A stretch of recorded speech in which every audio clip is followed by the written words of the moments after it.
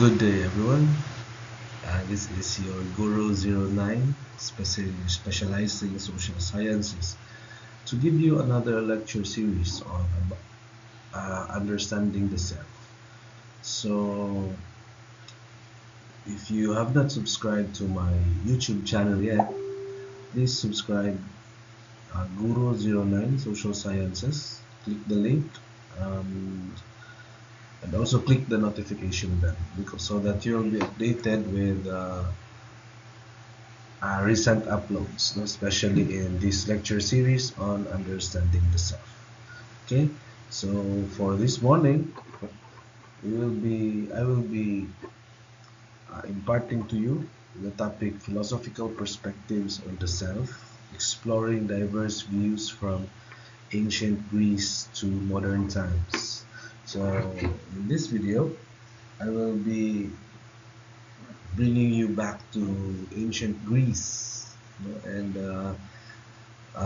narrate to you the different perspectives of the self. It's very important because knowing what the philosophers have to say about self help us to understand what really is the self.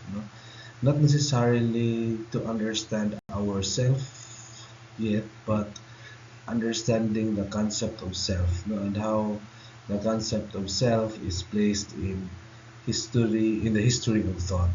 All right, so the concept of self has been a central topic of inquiry in philosophy. So many philosophers were actually having different discussions about the concept of self in philosophy. Different scholars across historical periods offering diverse perspectives on what it means to be oneself, what it means to be yourself. So um, it's not only different persons, different philosophers that were discussing about the self, but different persons, different personalities in different time frames.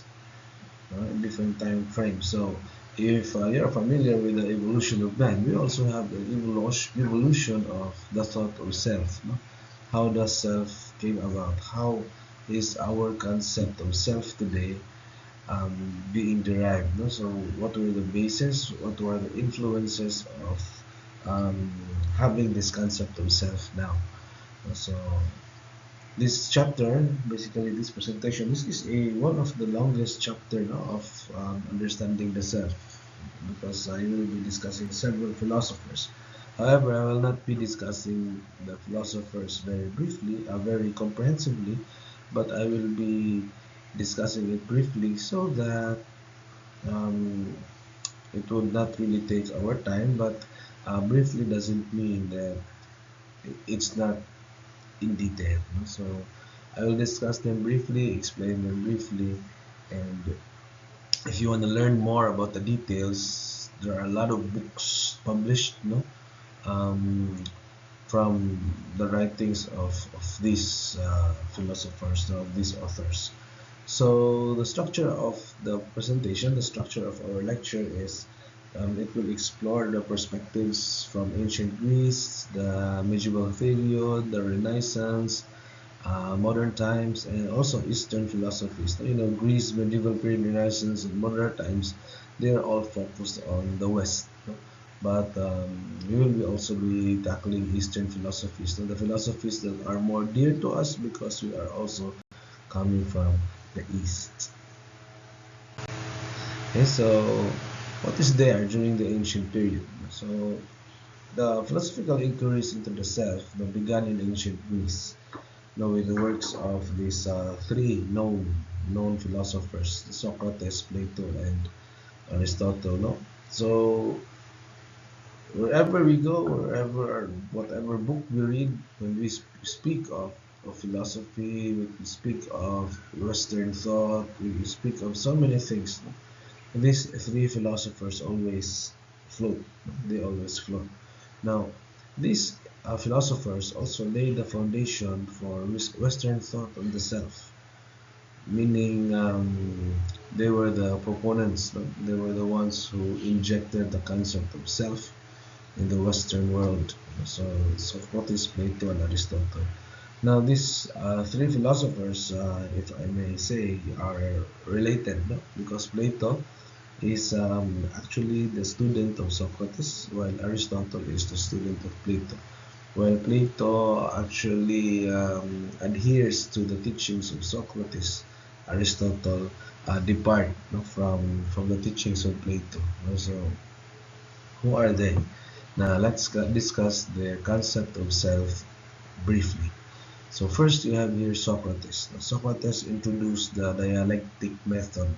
So dialectic method is a process of knowing oneself through self-examination and dialogue. So we get to know ourselves. According to Socrates, in order to know ourselves, we have to self-examine. No? We have to know ourselves alone and personally. No? We have to self-examine and of course the dialogue. Not necessarily you dialogue with others, but you dialogue with yourself. This method emphasizes the importance of questioning and self-reflection. So, however, based on experience, sometimes when we reflect, like when we go to the comfort room, no, so when we think of ourselves, we ask questions that we will answer also. No? We ask questions that we alone or ourselves answer those questions. No? So we question and we reflect. No? We ask questions like, what is happening to me? Why am I like this? No? So this is actually this came from the concept of Socrates. No? That knowing thyself is a product of self-examination and dialogue. No? And Socrates is famous, no, about the dictum of know thyself, and I know that I know nothing. No, that's why since I know nothing, I need to ask. And part of that questioning is actually questioning myself. No? Who am I? Who am I? So who am I? Now another philosopher from the ancient times, you have Plato. No? Plato expanded on Socrates' ideas, no, because he was a student of Socrates. No, he proposed the concept of ideal forms. No, he argued that the physical world is a mere shadow of the true reality, no, which exists in the realm of forms. No, for Plato, the self is an immortal soul divided into three parts. No, we have the appetitive, the spirited, and the rational. No, so the rational part should govern the other two to achieve harmony and reach the ideal self. So, according to Plato, um, we are the self is the physical world is not really a real world, no, but it's not the true reality, no, but the physical world is only shadows, no. Um, if you're familiar with the allegory of the cave, no, proposed by Plato, this depicts, no, or this really describes the what he meant, no, by not real, no, and that we are in shadows. No? So if you don't know about the allegory of the cave, it's about the story of Plato, wherein there were cavemen who see shadows, no, on the cave walls, and then they believe that these shadows were real, no? And then one time, one caveman was able to escape from the cave and saw the reality that these are all the shadows. Now, when this caveman went back to the cave where the other cavemen were, and he told him about the reality that I've been there. These are just shadows. These are not real. The people in the cave who did not went out, of course, never believed him. It's like the one who get out was Plato, no? And then when he returned, he tell everyone that we are not living in a real world. We are living in a world um, full of shadows. No? These are unreal. So we need to think to these are just these are mere shadows. There are ideal forms out there, no? cast these shadows on the cave walls. So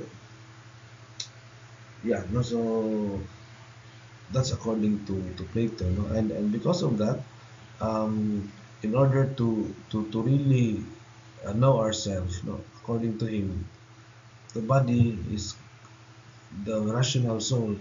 We are consisted with three parts. Now we have the appetitive part. The appetitive part is where we eat, eat, appetite, our digestive system, no? And we also have the spirited type. It's actually governed by our senses, and we have the rational type, the capability of man to think, to rationalize. No? Now, since we have the appetitive and spirited, and since we are human beings, since we are rational, this rational part of ours should govern the other two, no? Meaning the should govern the appetitive and the spirited. No? So to reach the ideal self. So that's for Plato. Another very known philosopher in ancient period is Aristotle. Now, Aristotle is a student of Plato. However, um, Aristotle critiqued, no, by critiquing, he was able to refine Plato's ideas. He introduced the concept of substance, which he defined as a combination of matter and form. Now, unlike Plato, Aristotle believed that the physical world is real. So when Plato said that the physical world is just shadows, they are just mere shadows, Aristotle believed in the other way around. Now, Aristotle believed that the physical world is real and that the self is defined by its actual existence and purpose in the world. So we are defined by our actual existence and purpose in the world. So Plato and Aristotle have these conflicting views on self. No? Well, Plato said that our self, yeah, rational and all, but but the physical world is not real at all. These are just shadows. Aristotle believed that our self is defined by its actual existence and purpose in this world. No? Meaning, our existence in this world is real. The physical world is real, and that's how self is. And so these are the differences, no? And these are the actually the uh, philosophies, coming from the ancient period, no? By these three known philosophers, so Socrates, Plato, and Aristotle. No? So then we go to okay. So before we go to the medieval period, now here is some thoughts now on comparing Socrates, Plato, and Aristotle. Socrates said that I know that I know nothing. That's why know thyself. Plato is famous for the world of forms versus reality. So meaning there is a world of forms wherein in that world the shadows are being cast into the physical world, which for Plato something that is not real. And you have there also Aristotle, no, the proponent of realism, where each matter and form, no, define the self, matter and form, and our self is really defined by our actual existence, no, and living the purpose of our existence. That's according to uh, Aristotle. So you have there Socrates, Plato, and Aristotle. Now we go to the medieval period. Now what's there in the medieval period? So when you say medieval period, this was actually the time when um, religion, especially Christian theology, uh, sprouted, no, or Christian theology floated. So the medieval period was marked by the synthesis of Greek philosophy with Christian theology, particularly in the works of Saint Augustine of Hippo and Saint Thomas Aquinas. So, bet you know these two. No, these are all saints in the Roman Catholic Church. So they are not just saints, but they are also called doctors of the church because they have established and proposed dogmas for the church. So these are they are saints. At the same time, they are also philosophers. So First, we have Saint Augustine. Now, Saint Augustine adopted Plato's dualism and introduced the concept of privation, where evil is seen as the absence of good, similar to how darkness is the absence of light. So, um, Augustine defined things by using the concept of dualism, meaning there's always a counterpart, a extreme counterpart. However, like for example, good or bad, that's two terms that are actually in dualism. No? So um, Augustine would define bad as the absence of good. It's like a definition that bad actually did not exist, but it's just the absence of good.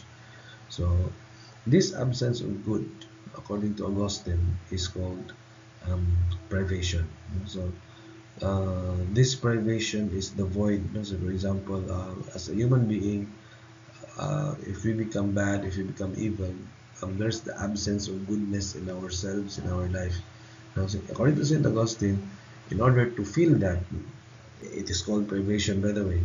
In order to feel that absence, we need to be fulfilled by God. We need to be fulfilled, and fulfillment in God will definitely feel that privation.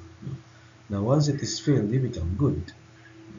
That's why Saint Augustine became a saint. No? The life of Saint Augustine was actually based from that.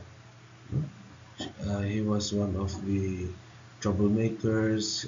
He was living the world with all its, with everything that the world has to offer, no? Defying everyone, defying everything. But in the end, he became a saint because he realized that it's only through the fulfillment of God that he will be filled. So that's why Saint Augustine became a saint. Another philosopher in the medieval times is you have Saint Thomas Aquinas. Saint Thomas Aquinas followed Aristotle's scholastic approach and emphasized the importance of understanding one's essence and purpose. Now, according to Saint Thomas Aquinas, everything in this world has a purpose. We have a purpose. Understanding this purpose is a key to understanding the self. So I don't know if you already have understood your purpose, or do you know your purpose? Why are you here? Why are you studying? What's the purpose of your life? Siguro at your young age, it's a question very difficult to answer. No, but later on, as you grow mature, I know you can answer this question. But for now, you're still um, dependent with your parents, and you still don't know what's your purpose in life. But since you're already in college and you have selected a course, so somehow, so perhaps you already have a concept of what will be in the future, and the purpose of your life may have already floated, but it's something that is not yet serious to you. But yeah, St. Thomas Aquinas said that essence and purpose. No? Essence is what makes us what we are. That's essence. So, example, if you're a woman, what is the essence of a woman? What makes a woman woman? Are you still a woman if you can bear a child? Yes, you're still a woman, but usually, yeah, for a woman, but for a mother, the essence of a mother is to bear a child. So usually woman also, essence is also bearing a child. That's why when a parent bears a child, the mother, there's no place for the happiness of the mother, no? Because happiness rose up to the ceiling. She will be very happy, and she feels satisfied. She will also feel complete because the baby completes her. The baby um, defines his essence now of a woman, the capability to bear a child. So that's the fulfillment of being a woman, no, when you are able to deliver a child. No, so Saint Thomas Aquinas, that's the concept of Saint Thomas Aquinas. No? So in order to understand our purpose, In order to understand ourselves, we have to know what is our purpose, and we have to live with that purpose. So it puts meaning to our life. It puts meaning to our life. If we do not have a purpose, there's no meaning at all. Why are we living in life? Why are we living this life if we do not have a purpose in life? So purpose is really key to understanding the self. That's during the medieval period. Now, Augustine versus Aquinas. Now, Augustine believed that the relationship with God is central to the self. No? That we need to be fulfilled with God's grace and with God's presence, no, for us to be um, fulfilled. And that is central to ourselves. We are on a constant journey of fulfilling it. Well, St. Thomas Aquinas is different. For St. Thomas Aquinas, it's purpose. Purpose being the central to understanding the self. Purpose. Knowing our purpose.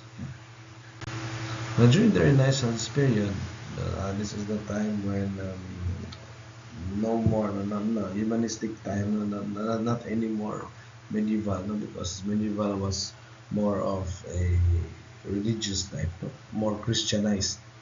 Now, during the Renaissance, this was a time of renewed interest in humanism and individualism. So, from being a collective mindset in the medieval period, in the Renaissance, the growth of humanism and individualism, leading to new philosophical perspectives of the self.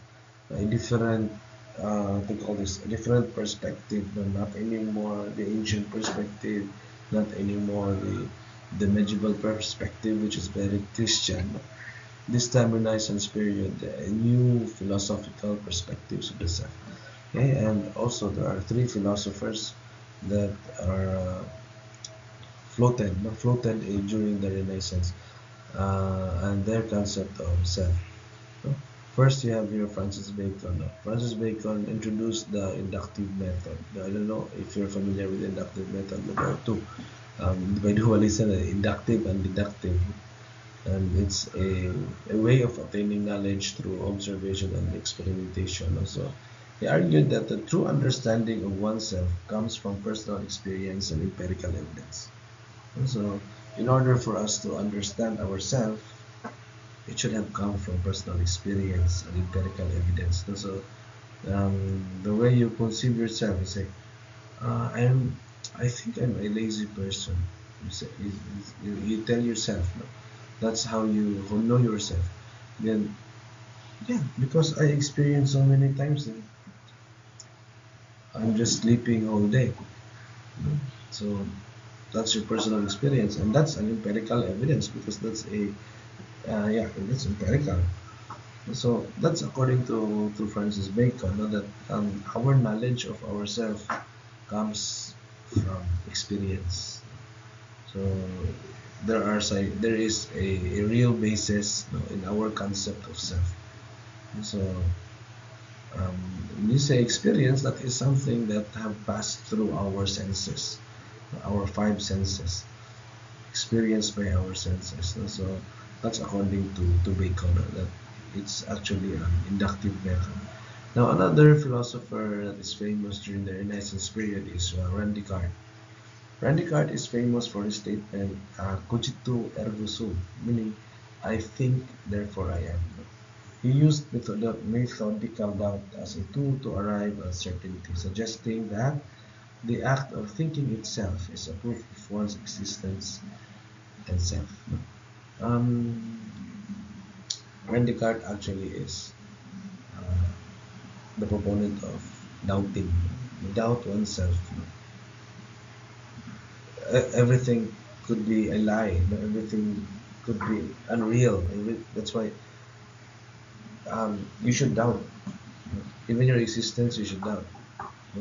The only thing that you should not doubt is that you are thinking. The act of thinking, is the only certain in this world.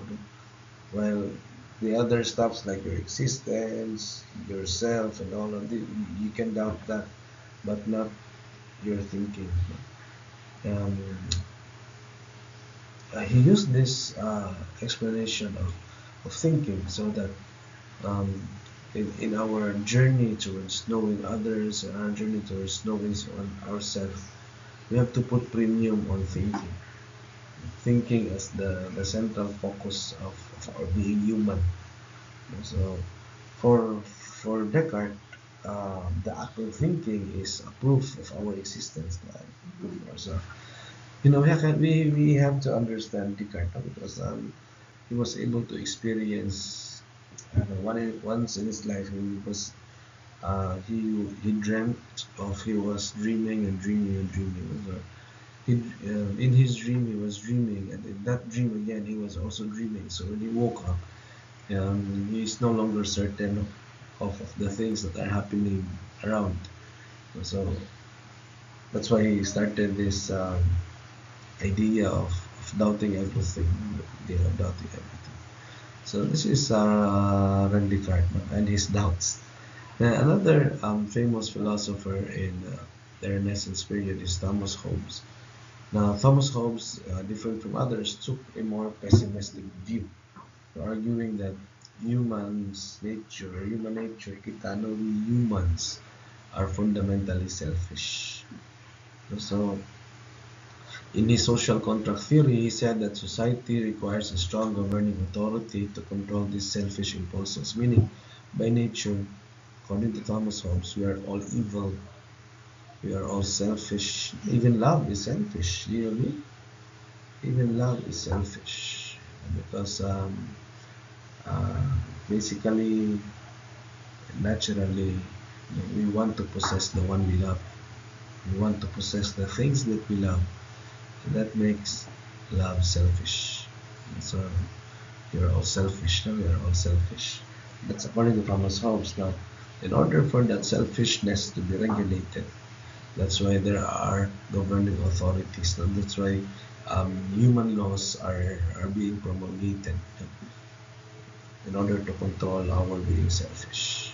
So that's according to Thomas Hobbes, so that we are selfish and we need a strong governing authority to control these selfish impulses. Okay. Now, after our Renaissance period, we have the modern period. So, from the modern period brought about by existentialism, a philosophical movement that emphasizes individual freedom and responsibility.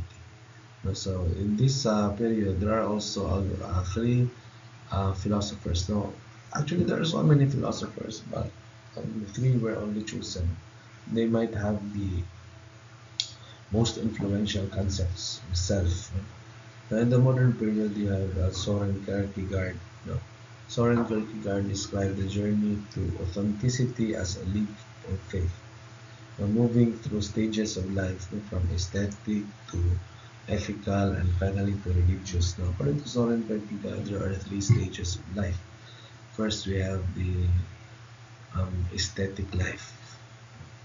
Oh, we have so many aesthetic people now, especially in college. There are so many aesthetic people. We always say that um, we have to live the aesthetic way. So, according to Soren Kierkegaard, there are three stages. No? So, from the aesthetic life, that is the life where you live your life um, fully enjoying life, to ethical life. No? Ethical life is when you realize, for example, what I've done is something wrong. Like, for example, during your aesthetic life, you are a drug addict, so you were enjoying life. Oh, you were actually doping everywhere. You're floating everywhere, and then you transcend to the second stage, which is the ethical life. The ethical life, you realize that being an addict is bad. No, it consumed everything, and even it also destroyed relationship. I need to change my life. So ethical life, from aesthetic to ethical. And lastly, after ethical, you have to be to really the final step is to be religious. The final step is to be religious. Now according to Soren Kierkegaard, from the ethical stage to the religious stage, you have to have this leap of faith. You jump, you journey in our journey to authenticity, no? And the authenticity can only be reached when you are already religious. Now, that's according to Kierkegaard. Now, for us to reach that point, for us to reach that stage, we have to leap in faith. We have to jump, no? From the ethical stage to religious stage. And so that's what he called as a leap of faith. Now, what does leap of faith mean? Have you experienced leap of faith? The, Sometimes when we have problems, we realize that we are wrong and there's nobody who can help us anymore. We look up to God and we ask for His guidance. And most of the time, um, when we do no longer have options, we just say, Lord, now it's up to you. I surrender my life to you. I have done my part. I have exhausted all my options. They will be done. And then sometimes we just jump to uncertainty and believe that God will catch us. That's the leap of faith. I know you have experienced that in your life too.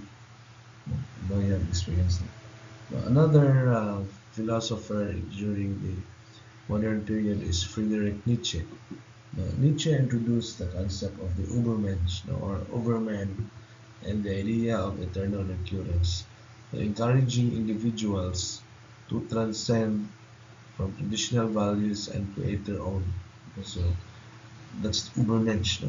According to Nietzsche, there are also stages. Stages from being traditional, and later on we transcend from being traditional, and then we create our own.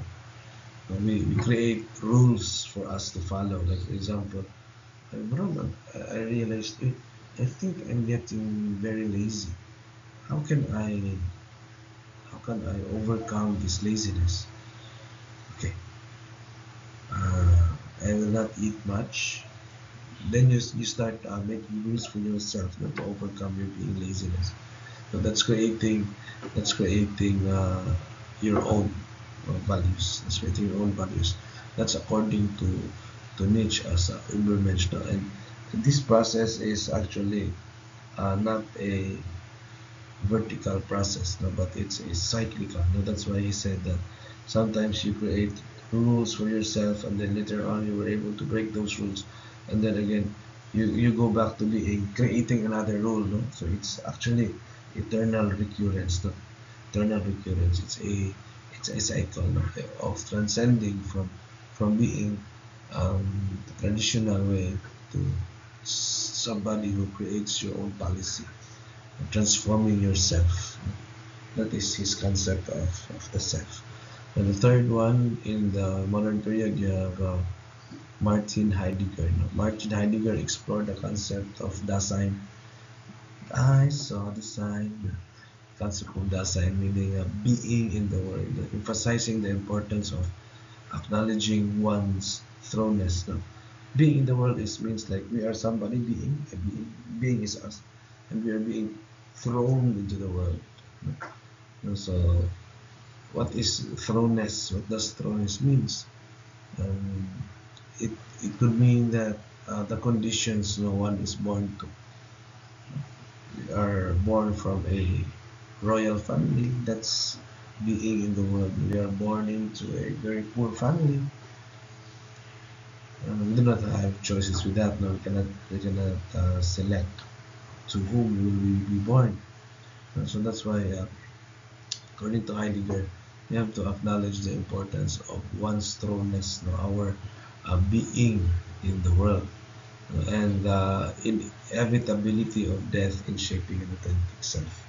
So, in shaping oneself, according to Heidegger, we have to consider where we are at, who are the people around us, what kind of life are we thrown, are we living, and then also we have to consider that death is inevitable. Someday we will die. We will live there in the cemetery. And so, death is really a tragic thing. But sometimes, if we transcend to something religious, according to Kierkegaard, the leap of faith, that death becomes temporary, no? Becomes temporary. But if you just think using your own traditional self, you always say, death, it will happen to me, and it becomes very scary not to think about it. So going back, no, so Heidegger, yeah, you have to consider where we are at, and we have to consider also death in shaping our authentic self. Are you already starting to think about yourself and how you will die? Just joking. So after the modern period, no, so we have also the Eastern Oriental perspective. This is the perspective of Asia, no, usually. So two philosophies have floated, no, during these times. You have the um, concepts of Buddha, no, wherein he discussed nirvana as eternal happiness and the middle way, and eliminating the desires. No? So if you are familiar with Buddha, he taught the path to enlightenment, no? Because the word Buddha means the enlightened one. No, he was able to enlighten himself, was able to go away. No, Buddha was actually a very rich young man, but he chose not to be well off. No? He gave all his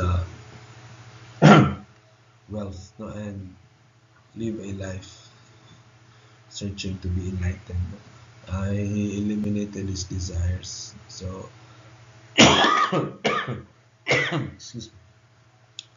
Siddhartha Gautama thought that the path to enlightenment, no, nirvana, involves following the middle way and the eightfold path. No? So, Buddha has its eightfold path, the right way, the right mind, and all those stuffs, no? And the middle way. Now, this philosophy suggests that suffering is inherent in life. No? Suffering is there, according to Buddha. And why do we suffer? Because we have so many desires. We have so many attachments. Now, in order to go away from that suffering, we have to overcome. We have to eliminate our desires and attachment. A very basic na understanding, a very basic philosophy. Example like I want to be, I have a desire to have a wonderful body.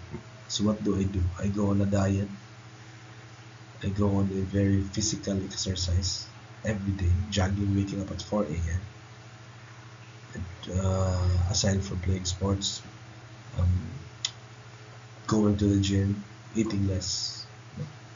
Now, what makes you isn't it suffering when you eat less? Isn't it suffering when you go jogging? No, isn't it suffering when you're on a diet? Now, who gave you that suffering? It's yourself. No? Because you have you have something. No? You have a desire of attaining that beautiful body. Now, that's according to Buddha. That's the cause of our suffering, our own desires. So if you want to really uh, evade suffering, you have to eliminate your desires. You have to eliminate your desires. And eliminating the desires, you introduce the eightfold path on how to eliminate the desires. So that is the concept of self now according to Buddha. Another prominent philosophy in the Eastern Oriental perspective is from Confucius. Now, Confucius focused on the importance of virtue and moral development within the family and society. Now, he believed that self-improvement and ethical conduct are essential to becoming a responsible member of a society. So, Confucius believed in self-improvement, especially in your family, and not only in your family but also in the society. That's why self actually is the concept of self um, is not focused in your own personal. No? Sometimes your concept of self also is based on the concept of self of your community, your culture, your culture. So um, these two are the philosophies now that floated during the Eastern Oriental perspective. Okay, So you have Buddha, which later on people following him called themselves as Buddhists, and you also have Confucianism. It's not a religion. Buddhism and Confucianism, they are not religions, but they are philosophical thoughts that many people are adhering, where they anchor their life, because they believe on that philosophical theory of both Buddha and Confucius. Okay, then we reach conclusion. So from ancient times to Eastern Oriental, we have heard so many types of the conception of self. So philosophical perspectives on the self vary across culture and history.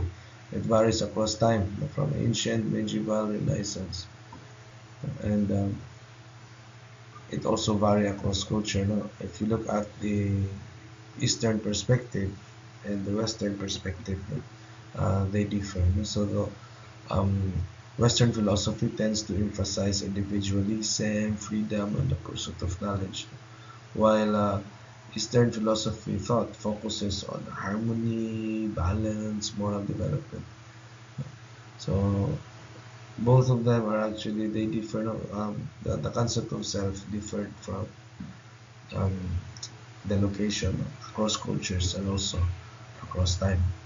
So I hope you learned something from these several definitions of self, from these several definitions of self. This is very important because in knowing so, in knowing the development of the thought of self, lead us to thinking of what really is our self about. And that's why this is in the first chapter in the subject understanding the self. Because before we understand ourselves first, we have to look at what is there, what is the idea of self there in the literature, and how do the people before us uh, mirrored through the philosophers have their conception of what self is. So I hope you learned a lot, and wait for my next lecture, no? Because we will be actually completing this lecture series. Now, if you have not subscribed yet to this channel, no, you can hit the subscribe button and also the notification bell so that you will be notified when I will be uploading the continuation of the next chapter of this discussion. Now, before I go, if you have questions, I have here discussion guide questions. You can answer this as you try to reflect about yourself. And if you have questions other than this, leave a comment at the comment section. Leave a comment at the comment section, and surely Guru09 will attend to your question. So this is all for today, and this is all for this lecture. Okay, so see you next time. Thank you.